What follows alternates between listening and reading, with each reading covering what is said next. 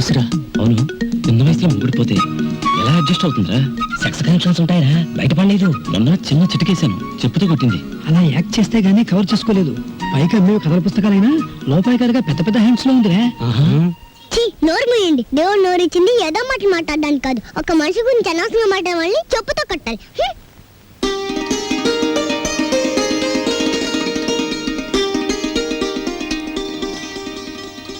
అన్నయ్య అన్నయ్య, సైకిల్ కూడా లేవే. చూసావా, చెప్పుకుండా వెళ్ళిపోయాడు. రాంబాబు, నాకు దోశ. 2 ఇడ్లీ పడా రాంబాబు. ప్లేట్ పూరి రాంబాబు. పెసరట్టు ఇడ్లీ రాంబాబు. రాంబాబు, నాకు ఐస్ క్రీమ్. రాంబాబు, ఓ ప్లేట్ ఉప్మా. రాంబాబు, నాకు స్ట్రాంగ్ కాఫీ. ఎంత రాంబాబు అయితే మాత్రం అతనికున్న 2 చేతులతో మీరు చెప్పినవన్నీ ఒకేసారి ఎలా తీసుకొస్తాడయ్యా? తెచ్చాను సార్.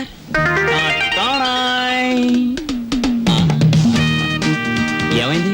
నాకు జాబ్ వచ్చింది. కంగ్రాచులేషన్స్. ఏంటి బాబాయ్, ఈ ఆర్థిక పరిస్థితుల్లో అల్లుడు స్కూటర్ కోసం కబుర్ చేశాడు Rambabu. Latest model scooter market లోకి రావడానికి 6 నెలలు పడుతుంది చెప్పండి, ఆ తర్వాత ఏం చేయాలో నేను చెప్తాను. అలాగే. ఏం రెడ్డి గారు, ఆవిడకి నా మీద అనుమానం ఎక్కువైపోతుంది రాంబాబు. మరి నిజమే కదా, ఆ క్లబ్ డాన్స్ వదిలేసి తప్పైపోయింది క్షమించని మీ ఆవిడ కాళ్ళు పట్టుకోండి, అనుమానాలన్నీ తీరిపోతాయి. తినండి. ఏయ్ వాటర్. ఓకే.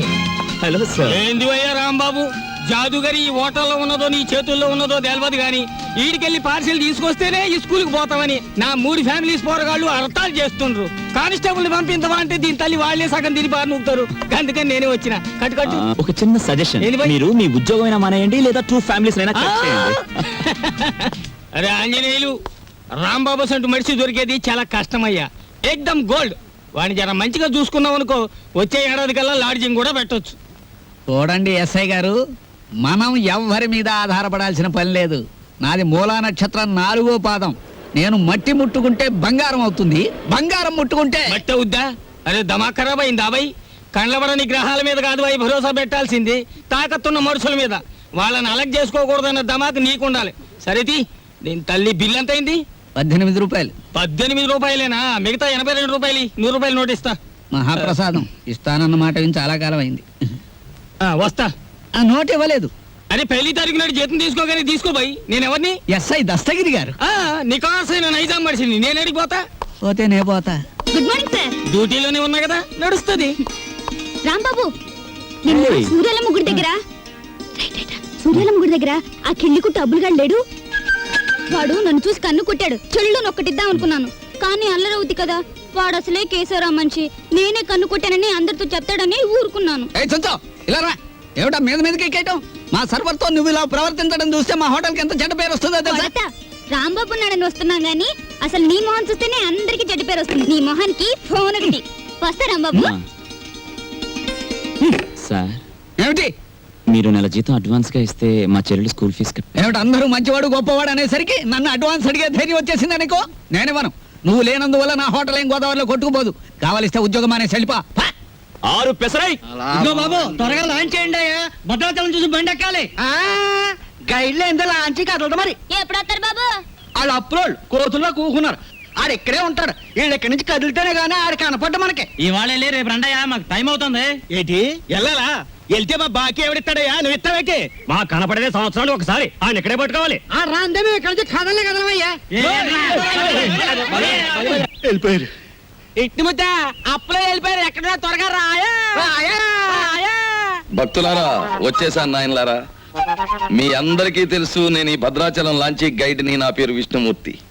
నా గురించి నేను చెప్పుకోకూడదు కానీ అసలు మ్యాటర్ ఏంటంటే, నేను రామాయణంలో గుహుడు లాంటి వాడిని. భక్తులను గోదావరి దగ్గరికి చేరుస్తాను. ఆ భద్రాచల కోదండరాముడి యొక్క పుట్టు పూర్వోత్తరాలన్నీ చెప్తాను. గోదావరిలో ఏ స్థలానికి ఏ మహత్యం ఉందో చెప్తాను. గోదావరిలో ఎక్కడ లోతుగా ఉంటుందో, ఎక్కడ మెరగ్గా ఉంటుందో చెప్తాను. ఊళ్ళో మీరు ఎక్కడ మకాన్ చేస్తే మీకు సౌకర్యంగా ఉంటుందో చెప్తాను. మీరు ఎక్కడ భోంచేస్తే రుచిగాను చవకగాను ఉంటుందో చెప్తాను. ఏ రైలు ఏ వేళకి ఎటువైపు వెళ్తుందో చెప్తాను. ఈ వివరాలన్నీ మీ అందరికీ చెప్పినందుకు తల ఒక్కటికి 5 రూపాయలు, 5 రూపీస్ ఓన్లీ వసూలు చేస్తాను. ఇప్పుడు భద్రాచలం లాంచ్ బయలుదేరుతోంది. ఒకసారి రాముల వారికి గోవింద కొట్టండి.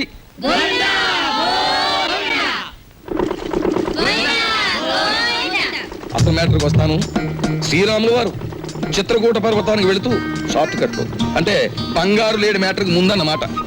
అదిగో అక్కడ మకాన్ చేశారు. అలా చూడండి. ఆ పక్కనే పెద్ద బండ కనిపిస్తోంది చూడండి. అక్కడ సీతమ్మ వారు చీరలు తుక్కున్నారు. అలా చూడండి. భారత కాలంలో పాండవులు వనవాసానికి వచ్చినప్పుడు ఈ గోదావరి ఒడ్డునే వెళ్తుండగా భీముడు కాలు జారి పడ్డాట. కృష్ణ భగవానుడు వచ్చి పైకి లేవదీశాట. అక్కడ ఒక పెద్ద గొయ్యి పడిందట. ఇప్పటికీ ఆ గొయ్యని కృష్ణ భీమ గొయ్య అంటారు. దాన్నే బ్రహ్మరంధ్రం అని కూడా అంటారు. అది అదేంటండి భారతం ఇటువైపు రామాయణం అటువైపు జరిగిపోయిందంటారు. చేచే మేము నమ్మం. ఆ? ఉమ్. అపచారం అపచారం. ఏమైందిరా? మిషన్ మొత్తం చెడిపోయిందండి. కొంప మునిగింది. ఈయనేదో అప్రాచప్ మాట అన్నాడు. లాంచ్ ఆగిపోయింది. ఎదురా సుడిగుండాలున్నాయి. ఆ. మొన్న నైజీరియా వాడ పులుసులో వంకాయల బుడుక్కుమని ఇక్కడే మునిగిపోయింది.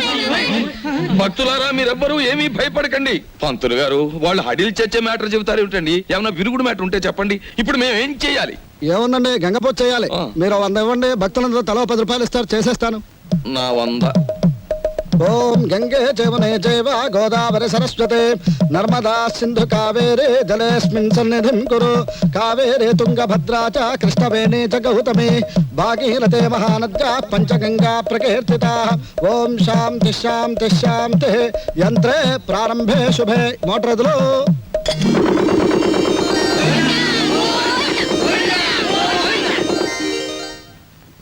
ఏమిటో ఆదాయం బొత్తిగా చిక్కిపోతోంది. తర్వేదిలో చూసుకుందాం నేను పంతులు గారు.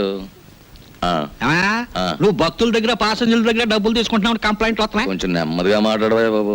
ఎందుకు మాట్లాడాలయ్యా? ఇది కేశవరావు గారు పాడిన రేవు. కంప్లైంట్లు వస్తున్నాయి. సరే మ్యాటర్ ఏంటి కంప్లైంట్లు వస్తున్నాయి. ఇప్పుడు? కంప్లైంట్లు రావట్లేదు. ఉమ్. కంప్లైంట్లు వస్తున్నాయి. ఆ? ఇప్పుడు కంప్లైంట్ రావట్లేదు. బాబాయ్ ఆ, వస్తున్నా. పెసరట్లు. ఓ అబ్బబ్బబ్బబ్బ, కాలిపోతున్నాయి. రాంబాబు, సుఖం నేను నా జీవితంలో సంతోషంగా ఉండేది ఎప్పుడంటే అభిమానంతో నువ్వు ఇచ్చిన పెసరెట్లు ప్రశాంతంగా గోదావరి మధ్యకి వెళ్ళి తిన్నప్పుడు. ఆ గోదావరి మధ్యన బాబాయ్ ఇల్లుందిగా. అది కూడా ఒక ఇల్లేనా? అక్కడ మ్యాటర్ చూడు. తండ్రి వెంకన్న, కాకెత్తుకుపోయిన నేతిగిన్ని దొరికితే పక్కింటి పనికుర్రాడి గుండు కొట్టిస్తానన్నానా? దొరకలేదు. ఆవిడ మా అమ్మ. రోగానికి మొక్కులు, ఐశ్వర్యానికి ముడుపులు, పూజలు, నోరు మా అమ్మకని పెట్టిన ఖరీదైన ఫార్ములా. అబ్బో వడ్డాణం కొంత పెద్దదే వచ్చింది. ఆవిడ నా శ్రీమతి.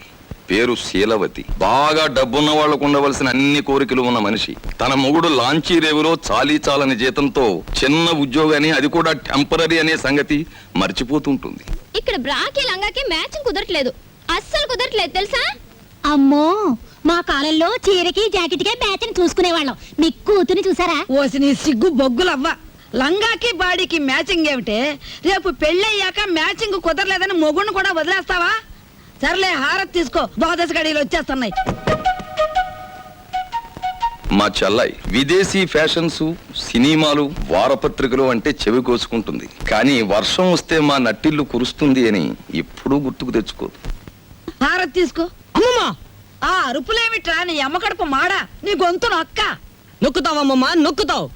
తరతరాలుగా యుగ యుగాలుగా మీలాంటి మూఢ భక్తులు నాలాంటి హేతువాదుల గొంతు నొక్కుతూనే ఉన్నారు. మతం మత్తుమంది అన్నారు.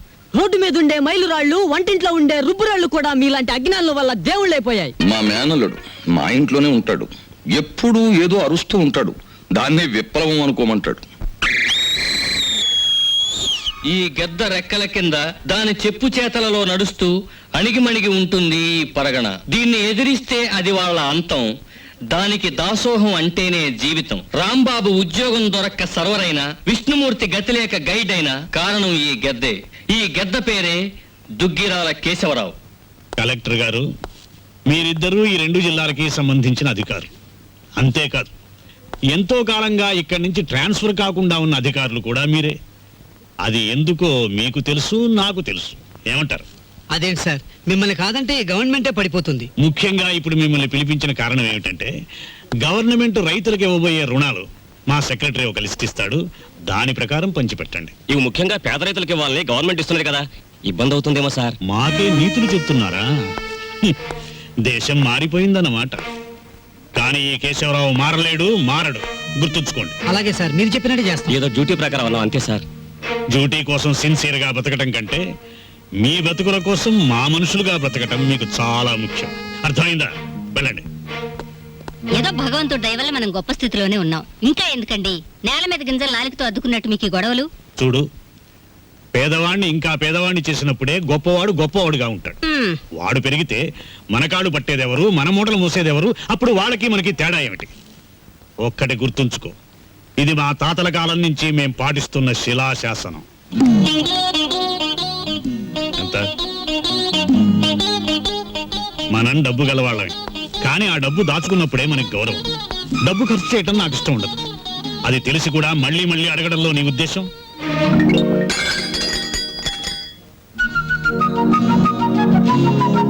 అలాగా నీ మొండితనం నా దగ్గర పనికిరాదు.